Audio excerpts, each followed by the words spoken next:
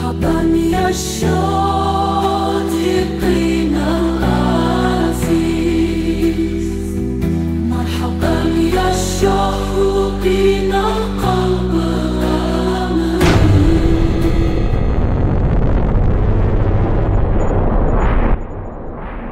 Assalamualaikum warahmatullahi wabarakatuh. Marhaban ya Syodikinal Aziz. Selamat datang wahai sahabat yang dirahmati Allah. Yang sudah like dan subscribe saya ucapkan terima kasih, dan saya doakan semoga masuk surga.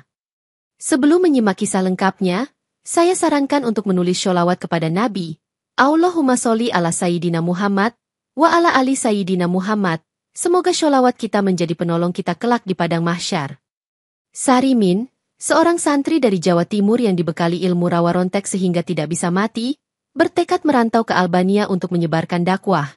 Meski ia sadar bahwa lingkungan barunya mungkin tidak akan ramah. Dengan tubuh yang cenderung pendek dan wajah khas Nusantara, Sarimin kerap kali menjadi sasaran olok-olok orang-orang di pelabuhan saat ia pertama kali menjejakkan kaki di Tirana. "Aku datang bukan untuk mencari lawan," kata Sarimin ketika seorang pelaut asal Eropa Timur bertanya tujuan kedatangannya di negeri asing itu, sambil menatapnya penuh kecurigaan. Meskipun demikian, Sarimin tidak gentar karena ia meyakini bahwa tugas berdakwah harus terus dijalankan, apapun rintangannya, terutama di wilayah baru yang belum akrab dengan ajaran Islam. Ia menyewa sebuah kamar kecil di pinggiran kota yang dikenal agak kumuh, tempat di mana para imigran lain pun berdiam, namun kondisi tersebut tidak meredupkan semangatnya. Di masjid kecil setempat, Sarimin mulai mengenalkan nilai-nilai Islam kepada sekelompok pendatang dan warga lokal. Meski perbedaan bahasa sering menjadi kendala komunikasi. Suatu hari, ia mendengar bisik-bisik di pasar bahwa ada petarung MMA berbadan besar bernama Gerald, yang konon sering memicu keributan dan bentrok fisik, membuat Sarimin waspada. Penduduk sekitar menilai bahwa kedatangan Sarimin hanya akan menambah masalah baru, karena ia dianggap membawa kultur asing yang tidak mudah diterima oleh komunitas lokal. Sarimin tidak pernah surut langkah. Karena baginya dakwah merupakan amanat yang harus dijalankan dengan penuh keikhlasan, dan ia yakin Allah lah penentu segala. Di tengah ketidakpastian, Sarimin berserah diri sambil terus berusaha menanamkan pesan damai, tanpa pernah menyingkirkan identitasnya sebagai santri Jawa Timur yang teguh memegang prinsip agama. Gerald, seorang petarung MMA dengan tubuh tinggi besar yang dipenuhi tato, dikenal mempunyai sikap kasar dan sering memperlakukan pendatang dengan penuh hinaan. Ia rutin berlatih di gym bawah tanah di pusat kota Tirana, tempat di mana lawan-lawannya tak jarang keluar dengan wajah lebam dan tulang patah. Mendengar ada santri pendek yang berani berdakwah di wilayahnya, Gerald tanpa ragu mencibir, "Orang itu pasti cuma mencari sensasi, lihat saja nanti aku akan ajarin dia sopan santun." Ia merasa terusik oleh kehadiran Sarimin, yang dianggapnya tidak punya keahlian bela diri maupun mental tangguh untuk survive di lingkungan keras seperti Tirana. Gerald mempunyai reputasi sebagai juara bertahan di turnamen lokal, sehingga banyak penggemar menyanjungnya sebagai Raja Heksagon, julukan yang ia sandang dengan penuh kebanggaan. Meskipun begitu, beberapa orang menilai Gerald terlalu arogan, dan kepongahannya sering menjadi pemicu masalah di klub-klub malam yang mengundang perhatian polisi setempat. Warga menduga, cepat atau lambat Gerald akan menemukan cara untuk menantang Sarimin, karena ia tidak suka ada orang baru yang terlihat berbeda dan tak tahu tempat. Di sisi lain, pemilik gym tempat Gerald berlatih justru merasa prihatin, karena setiap pertikaian yang dipicu Gerald bisa saja merusak usaha gym dan reputasi olahraga MMA di Albania.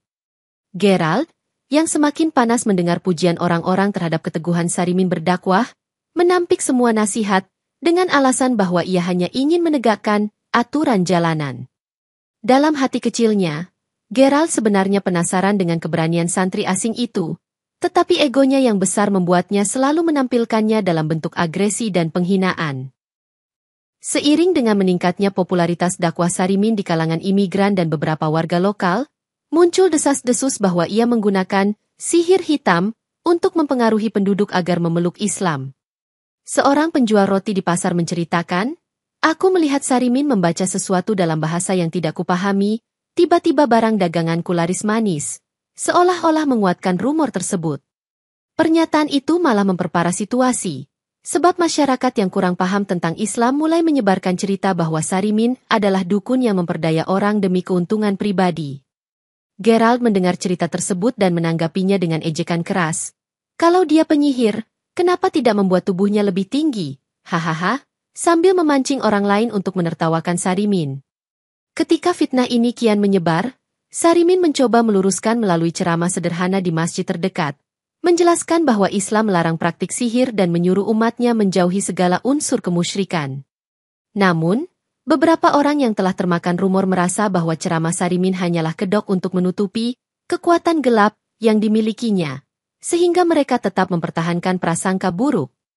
Di sebuah kedai teh, sekelompok pemuda memperbincangkan isu tersebut, menyebut Sarimin sebagai magician yang merusak tatanan tradisi setempat. Walaupun tidak ada bukti nyata atas tuduhan itu. Hati-hati dengan orang pendek itu, kata salah satu pemuda. Dia bisa membuatmu melakukan hal-hal di luar kendali, jangan sampai terpengaruh. Sarimin yang mengetahui fitnah ini, tetap bersikap tenang dan menghibur dirinya dengan sholat malam, meyakini bahwa kebenaran akhirnya akan terungkap.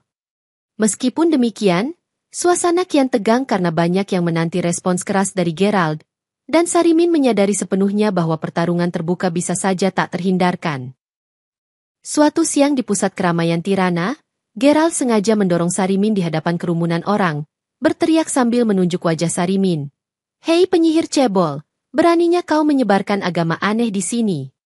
Sarimin terhuyung tetapi tidak jatuh, lalu menatap Gerald dengan tenang, sambil mengatakan, aku hanya mengajak pada kebaikan dan tidak memaksa siapapun untuk mempercayainya. Sikap merendah Sarimin justru membuat Gerald merasa semakin diremehkan, sehingga ia menantang Sarimin berduel di atas ring MMA dengan menekankan, kita buktikan siapa yang sebenarnya lemah. Kerumunan pun bersorak, seolah mendapat tontonan gratis. Sementara Sarimin menghela napas panjang karena menyadari bahwa menolak tantangan ini hanya akan memancing tuduhan takut dan penolakan publik. Sarimin akhirnya menerima tantangan tersebut. Tetapi dengan syarat bahwa pertarungan harus dilakukan sesuai aturan resmi MMA, agar tidak terjadi kesewenang-wenangan yang lebih parah. Gerald menyetujui syarat itu, namun di dalam hatinya, ia merencanakan aksi kasar dan licik, karena ia sangat yakin Sarimin tidak punya kemampuan bela diri yang memadai. Orang-orang menyebarkan kabar tentang duel si pendek versus raksasa bertato, yang menjadi topik hangat di kafe-kafe dan sudut-sudut jalan. Sebagian orang memandangnya sebagai hiburan semata, sementara sebagian lainnya khawatir akan ada pertumpahan darah, mengingat reputasi Gerald yang tidak segan menyakiti lawan secara brutal. Sarimin, di malam harinya, berdoa di masjid kecil, memohon kekuatan agar diberikan keselamatan dan keteguhan, karena ia tahu bahwa pertarungan ini tidak hanya masalah harga diri, melainkan juga menjaga nama baik Islam. Di sisi lain, Gerald mulai menyiapkan diri dengan latihan ekstra, menunjukkan keseriusannya, dan menegaskan kepada rekan-rekannya bahwa ia akan membuat Sarimin kapok mencoba berdakwah di wilayahnya. Hari pertarungan tiba, dan arena heksagon dipadati penonton yang penasaran menyaksikan kontras antara Sarimin yang pendek dan Gerald yang tampak 2 kali lebih besar. Begitu bel berbunyi, Gerald langsung melancarkan pukulan cepat ke arah kepala Sarimin. Namun Sarimin dapat mengelak dengan lincah, membuat penonton terkejut. Di sisi ring, beberapa pendukung Gerald berteriak, hantam dia, buat dia kapok. Sementara rekan-rekan Sarimin di masjid hanya bisa mendoakan dari bangku penonton yang jauh di belakang. Sarimin tampak menghindari konfrontasi langsung, bergerak memutar, sesekali menangkis tendangan kuat Gerald yang terlihat sangat agresif, menunjukkan skill bertahan yang tak disangka orang. Kecepatan gerak Sarimin mulai membuat Gerald frustasi, tapi petarung bertato ini tak mau berhenti, melancarkan serangan lutut dan pukulan sikut yang berhasil mengenai bahu Sarimin. Merasa terpukul, Sarimin terhuyung lalu mencoba mengunci gerakan Gerald, namun tenaganya kalah jauh, sehingga Gerald mampu melepaskan diri dan menghantam Sarimin hingga terjatuh. Penonton bersorak saat melihat Sarimin roboh, sebagian menertawakannya, dan sebagian lagi berseru agar wasit menghentikan pertarungan bila keadaan memburuk. Sarimin mencoba bangkit meski pandangannya berkunang-kunang, sementara Gerald terus menantangnya dengan kata-kata kasar. Bangun kau, pendakwah palsu, atau kau memilih menyerah? Aku tidak pernah menyerah, sahut Sarimin lirih. Lalu ia berusaha bertahan beberapa detik lagi, meskipun seluruh tubuhnya terasa sakit dan penuh memar. Pada akhirnya, sebuah pukulan lurus Gerald menghantam rahang Sarimin dengan keras, membuatnya limbung dan tersungkur di lantai heksagon, tidak bergerak sama sekali. Ketika wasit memeriksa kondisi Sarimin, napasnya tampak tersengal dan ia dinyatakan kalah karena tak mampu melanjutkan pertarungan, disambut sorak kemenangan dari pendukung Gerald. Para petugas medis segera menghampiri, mengangkat tubuh Sarimin yang lemah untuk dibawa ke ruang perawatan darurat, sementara beberapa penonton menghujaninya dengan hinaan. Gerald dengan pongah mengangkat tangannya, memamerkan otot-otot berbalut tato, sambil berteriak, "Ini buktinya, dia hanya pembual yang bersembunyi di balik jubah agama." Sebagian besar penonton bubar dengan puas, meyakini bahwa Sarimin takkan berani lagi berdakwah di wilayah mereka, apalagi menentang penguasa pertarungan seperti Gerald. Kondisi Sarimin sempat tidak sadarkan diri, dan kabar pun beredar cepat bahwa ia mungkin mengalami cedera otak serius atau bahkan meninggal karena pukulan brutal Gerald. Namun, tim medis di arena tidak menemukan luka parah yang mencurigakan, melainkan hanya memar dan pendarahan ringan di bagian bibir dan pelipis. Beberapa orang berspekulasi bahwa ia sedang sekarat, sementara beberapa lainnya yakin bahwa ilmu aneh Sarimin sedang bekerja, mengingat rumor kemampuan tidak bisa mati. Seorang pemuda muslim setempat berbisik, jika benar ia memiliki karomah dari Allah, mungkin ini saatnya kebenaran itu terlihat, namun sebagian lainnya menganggap hal itu hanya mitos. Sarimin sempat dibiarkan terbaring hingga malam, lalu mendadak terbangun dengan mata terbuka, mengerang pelan, walaupun badannya masih lemas.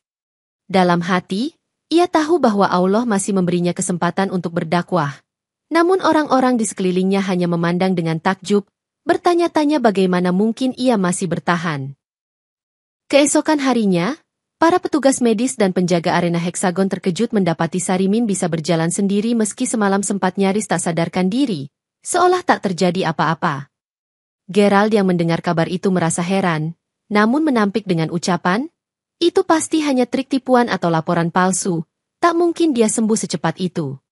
Beberapa saksi mata bersaksi bahwa mereka melihat Sarimin keluar dari ruang perawatan tanpa bantuan, sedangkan luka-luka di wajahnya nyaris tidak berbekas. Fenomena ini membuat halayak mulai terbagi, di mana kelompok yang percaya pada kemampuan istimewa Sarimin mulai merasa ada kekuatan yang tak bisa dijelaskan, sementara kelompok lain menganggapnya sebagai penipu. Sarimin sendiri tidak memberikan penjelasan rinci kepada publik, melainkan berkata singkat, "Hidup dan mati adalah rahasia Allah, aku hanya hamba biasa," lalu berlalu dengan tenang. Seiring tersebarnya berita ini, fitnah tentang sihir kembali menyeruak, membuat beberapa tokoh masyarakat menuduh Sarimin mempraktikkan ilmu haram yang bertentangan dengan adat setempat. Di sudut jalan, Gerald memukul tembok dengan kesal. "Tak mungkin dia sembuh secepat itu, aku harus menunjukkan pada semua orang siapa yang benar-benar kuat," katanya kepada rekannya. Sementara itu, polisi lokal mulai waspada terhadap potensi kerusuhan, karena situasi semakin memanas antara pendukung Sarimin yang memujanya dan pendukung Gerald yang menuduhnya sebagai pembohong. Sarimin memutuskan untuk terus berdakwah dengan cara damai, menyampaikan ceramah pendek di beberapa tempat, menjelaskan bahwa kekuatan manusia sangat terbatas tanpa izin Allah. Meskipun masih dirundung rasa sakit, ia yakin ini adalah ujian yang harus ia lewati, dan ia mempersiapkan diri terhadap kemungkinan adanya provokasi lain yang lebih hebat.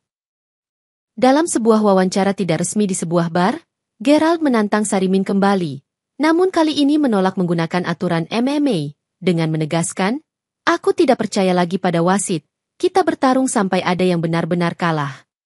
Berita tantangan itu menyebar melalui mulut ke mulut di antara para petarung jalanan, yang antusias melihat bagaimana Sarimin akan menanggapi provokasi brutal tersebut.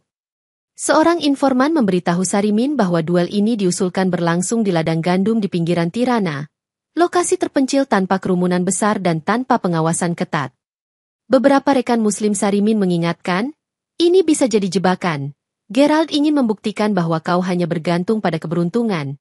Namun Sarimin justru berpikir tantangan ini perlu dihadapi.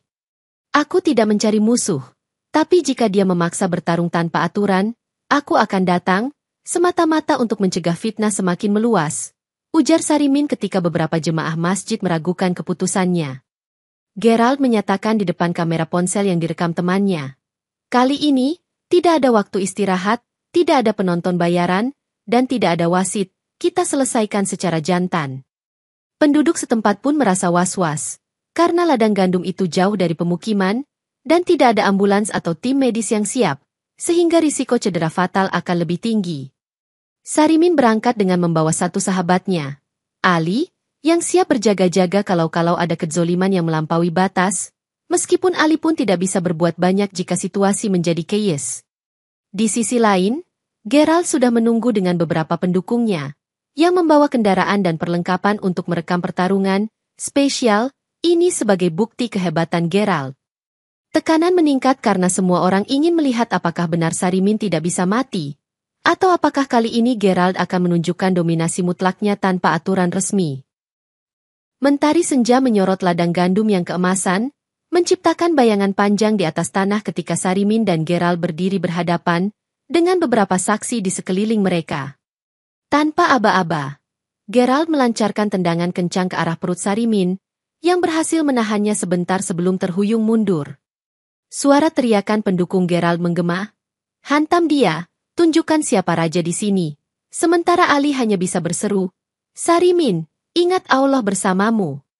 Sarimin mencoba membalas dengan gerakan memutar, namun tinggi badan Gerald membuat pukulan Sarimin lebih mudah ditepis, dan gerakan selanjutnya berakhir dengan hantaman siku Gerald di pundak Sarimin. Situasi kian memanas saat Gerald berulang kali memukul kepala Sarimin. Namun Sarimin tak menunjukkan reaksi kesakitan yang berarti, meski wajahnya mulai dipenuhi lebam. "Kau seperti karung pasir, tak terasa sama sekali," ejek Gerald, sambil melancarkan pukulan ho keras yang membentur rahang Sarimin, nyaris menjatuhkannya. Sarimin menggenggam kalung tasbih di saku, menguatkan hatinya, lalu berusaha mengunci gerakan Gerald dengan teknik gulat dasar yang pernah ia pelajari ketika masih di pesantren. Sayangnya, tenaga Gerald terlalu besar, membuat kuncian Sarimin gagal, sehingga ia harus mundur sambil menahan sakit, namun tetap berdiri dengan tatapan tegas. Pukulan dan tendangan terus beradu di antara keduanya, menimbulkan derak keras dan debu yang berterbangan, sementara tanaman gandum di sekitar mereka rebah terinjak. Pada akhirnya, Gerald yang kelelahan jatuh berlutut, mengusap keringat dan darah di wajahnya, terkejut menyadari bahwa Sarimin masih tegap berdiri tanpa menampakkan tanda akan roboh. Gerald yang terengah-engah menatap Sarimin dengan pandangan tidak percaya, bertanya keras, "Apa yang membuatmu tetap bertahan? Kau tidak merasakan sakit?" Sarimin mengangkat kepalanya, menjawab perlahan, "Hanya Allah yang menentukan hidup dan mati, aku hanyalah hamba yang berusaha melaksanakan perintahnya." Kata-kata itu seakan menusuk ego Gerald, yang lantas menggeleng keras. "Omong kosong, mana mungkin kau tidak terluka setelah semua seranganku?" Namun, Gerald mulai menyadari luka-luka di wajah Sarimin tidak mengucurkan darah segar, seakan tersumbat oleh sesuatu yang tak terlihat, membuat ia semakin ketakutan. Pendukung Gerald berusaha menolongnya berdiri, tetapi ia justru menepis mereka, karena ingin mendengar lebih banyak dari Sarimin tentang fenomena aneh ini. "Aku tidak memiliki kesaktian lain selain keimanan kepada Allah," ujar Sarimin sembari menatap hamparan ladang gandum yang kini rusak oleh jejak pertarungan mereka. Gerald terpukul oleh kenyataan bahwa semua serangannya ternyata sia-sia, sementara Sarimin tetap tenang, bahkan terlihat seperti enggan melanjutkan pertarungan. Dalam situasi hening tersebut, suara desir angin seakan menekankan ketegangan yang belum terselesaikan, dan Gerald menundukkan kepala, mengakui kelemahan fisiknya di hadapan Sarimin. Penonton takjub melihat Gerald, sang petarung MMA bertato dan garang, sekarang terkesan bingung dan tidak berdaya, membuat beberapa orang mulai menghormati Sarimin. Ketika malam menjelang, pertarungan itu berakhir tanpa pemenang resmi. Namun Gerald pulang dengan keraguan yang besar terhadap apa yang ia yakini selama ini, menyiapkan konflik baru dalam dirinya. Beberapa pendukung fanatik Gerald yang merasa kesal karena melihat pahlawan mereka gagal menaklukkan Sarimin, merencanakan tindakan balas dendam untuk memancing keributan baru. Tengah malam, mereka menyusup ke apartemen sederhana yang disewa Sarimin di distrik kumuh, menuangkan bensin di depan pintu, lalu menyalakan api yang dengan cepat menjalar melalui lorong kayu. Kepanikan terjadi di antara para penghuni apartemen, beberapa berlari keluar sambil berteriak meminta tolong, sementara api membesar dan mulai memakan dinding. Sarimin yang sedang tertidur di kamarnya terbangun karena teriakan tetangga. Lalu ia segera keluar, melihat lorong telah terbungkus kobaran api, sehingga ia harus mencari jalan lain. Dengan cepat, ia memecahkan jendela kamar dan memanjat turun, membantu beberapa orang lanjut usia yang terjebak di lantai bawah agar selamat dari kebakaran. Para tetangga yang menyaksikan mengira Sarimin akan terpanggang. Namun, anehnya, ia justru muncul kembali tanpa luka bakar serius, hanya beberapa bekas jelaga di wajahnya. "Bagaimana mungkin kau selamat dari kepungan api?" tanya seorang ibu tua, yang hanya dijawab Sarimin dengan menyebut, "Ini semua atas izin Allah," sebelum ia membantu menenangkan korban lain. Pemadam kebakaran tiba terlambat, sehingga sebagian besar ruangan sudah hangus, dan diketahui bahwa awal kebakaran diduga berhubungan dengan tindak kejahatan terencana. Gerald yang mendengar berita pembakaran ini merasa terkejut, tetapi masih dilanda kebingungan, enggan mengakui keterlibatan rekan-rekannya yang mungkin saja menjadi pelaku. Polisi Albania memulai penyelidikan, mencurigai bahwa Sarimin menjadi sasaran kebencian dan aksi main hakim sendiri, sementara beberapa penghuni apartemen kehilangan tempat tinggal sama sekali. Pasca peristiwa kebakaran, sebagian warga Tirana yang semula membenci Sarimin mulai meragukan tuduhan mereka, karena melihat bagaimana ia tetap berusaha menolong orang lain meski sedang terancam bahaya. Beberapa saksi mengaku menyaksikan Sarimin melewati lorong yang sudah dilalap api, namun keluar tanpa luka serius, seolah-olah mendapat perlindungan gaib.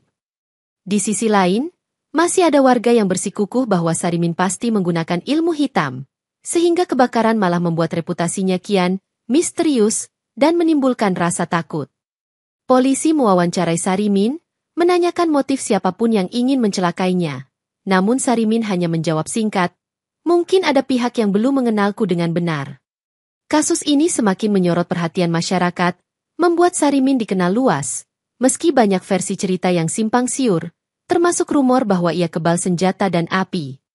Beberapa tokoh agama lokal mulai angkat bicara, mengimbau warga agar tidak cepat percaya pada isu sihir, dan menegaskan bahwa semua kejadian merupakan takdir Tuhan. "Apakah kau sungguh tidak bisa mati?"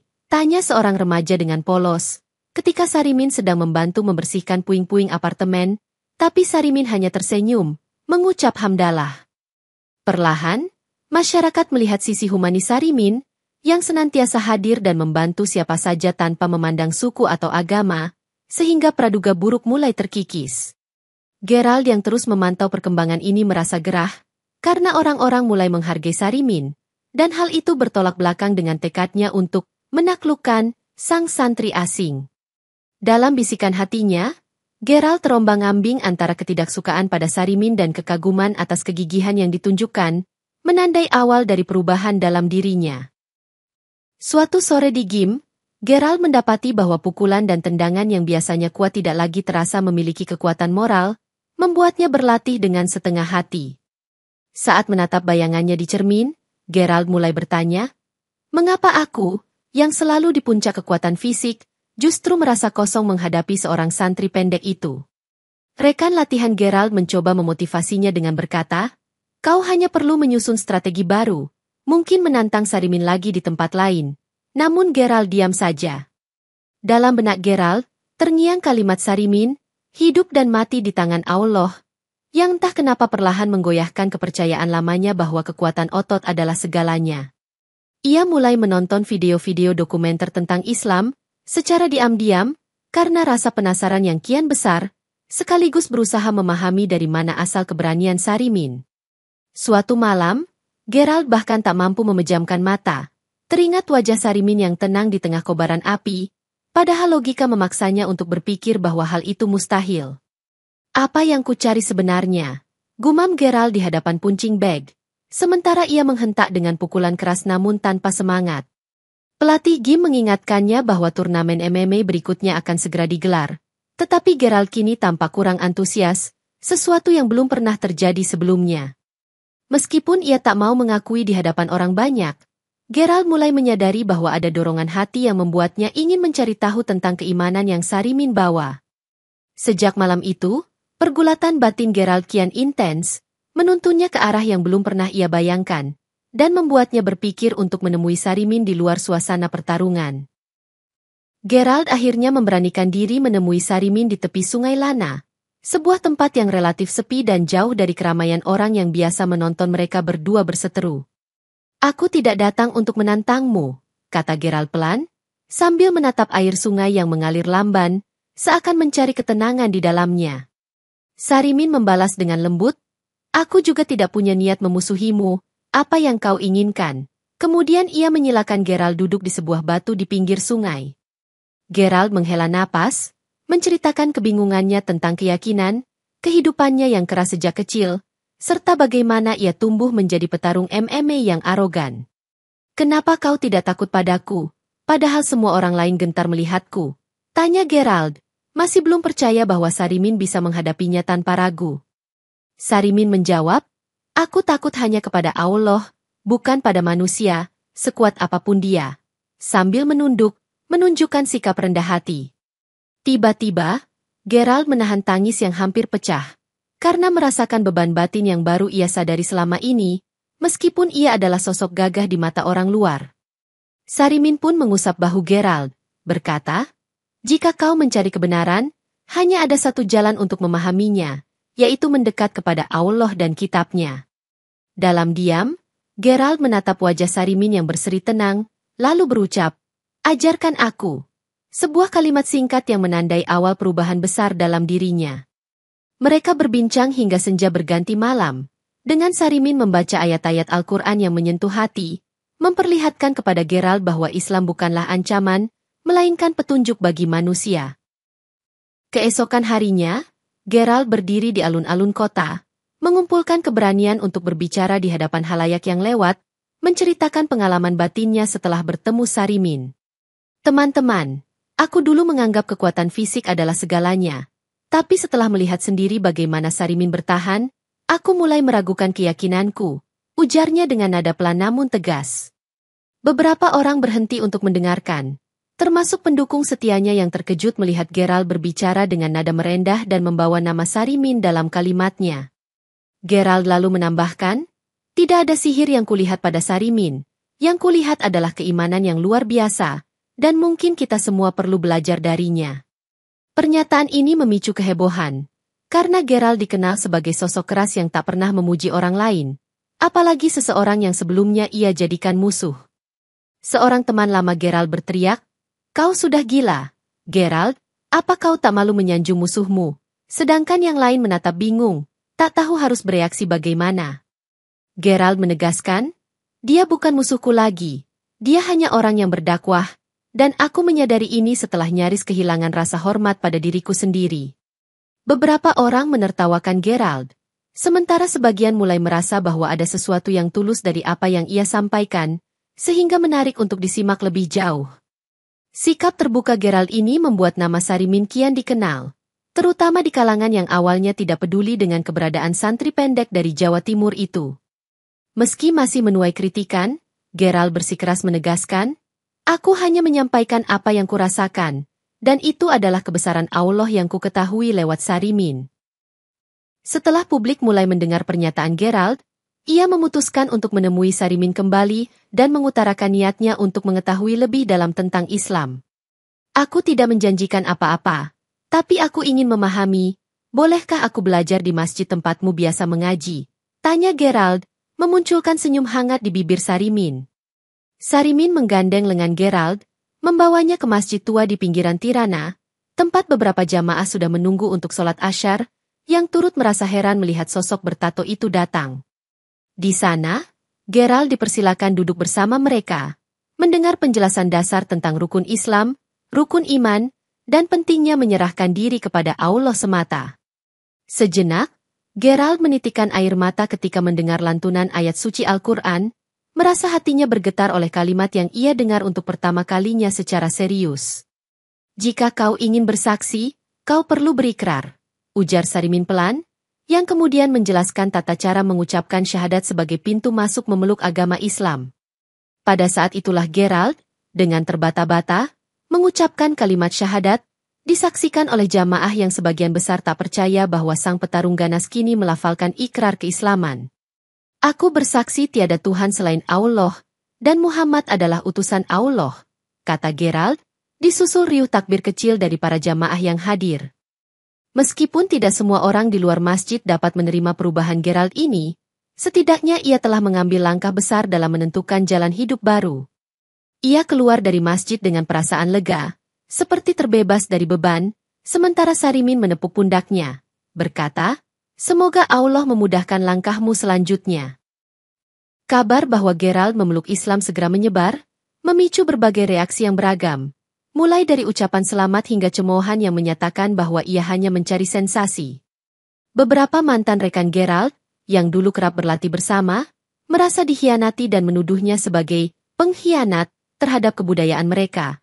Bahkan ada yang mengancam akan menyerangnya. Gerald menyadari bahwa konsekuensi ini tak terelakkan. Namun ia telah mantap pada keyakinannya, meyakini bahwa ini jalan yang harus ditempuh meski akan menghadapi banyak rintangan. Ada pula yang secara terang-terangan melecehkan Gerald di media sosial, menuduhnya tidak waras dan sedang dihipnotis oleh kekuatan gelap yang dimiliki Sarimin.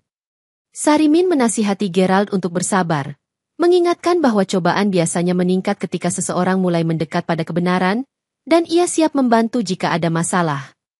Di masjid, Gerald mulai belajar wudhu, sholat, dan dasar-dasar fikih. Seringkali merasa canggung karena ini semua hal baru baginya. Namun tekadnya tidak luntur. Rekan-rekan Muslim Sarimin juga turut mendukung Gerald dengan mengajaknya dalam kegiatan sosial, membagikan makanan gratis kepada gelandangan di pinggir kota.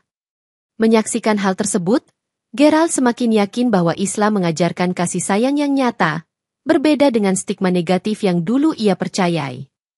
Meskipun setiap hari ada saja orang yang memandangnya dengan tatapan sinis, Gerald berusaha untuk tidak membalas, mengikuti petua Sarimin, balas keburukan dengan kebaikan.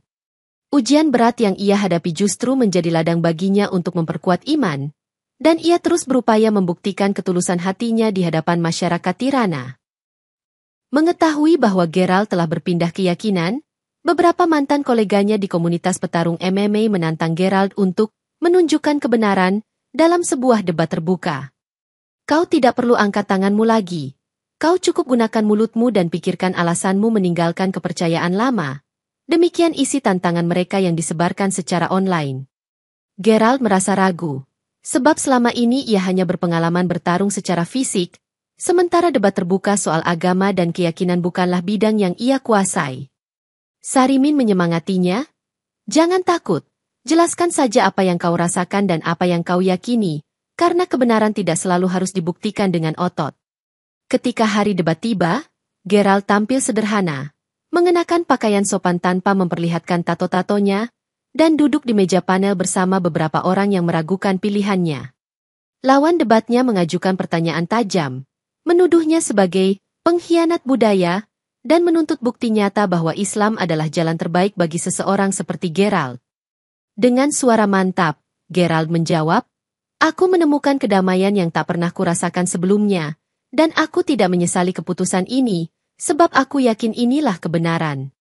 Beberapa orang mencemooh, tetapi ada pula yang bertanya lebih lanjut, "Apakah kau sadar bahwa teman-temanmu menolakmu dan kau kehilangan banyak hal?" Gerald menanggapi dengan jujur, "Aku kehilangan banyak hal, tapi aku menemukan sesuatu yang lebih berharga, yaitu keyakinan pada Allah, yang tidak bisa digoyahkan oleh senjata atau ancaman." Dalam suasana tegang itu, Gerald merasa kemenangan sejati bukanlah ketika ia memukul lawan sampai KO, tetapi ketika ia berhasil mempertahankan keyakinannya meski diserang dengan berbagai fitnah.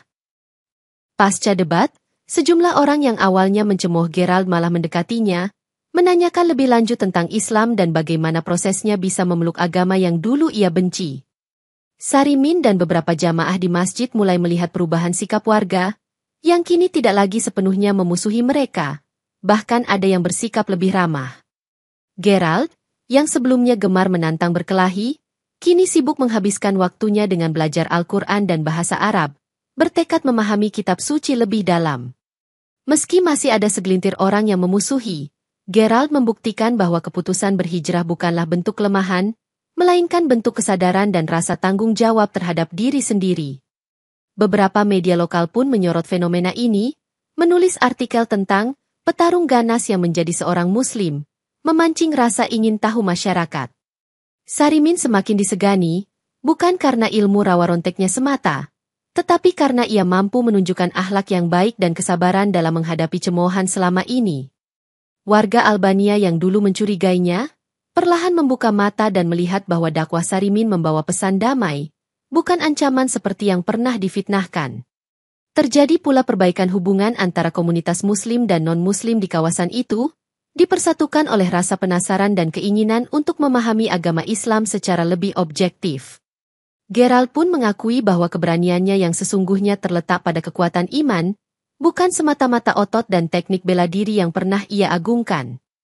Dalam suasana yang lebih harmonis, kemenangan sejati dirasakan oleh Sarimin dan Gerald, karena mereka telah berhasil memperbaiki pandangan masyarakat melalui perwujudan akhlak dan keteguhan iman.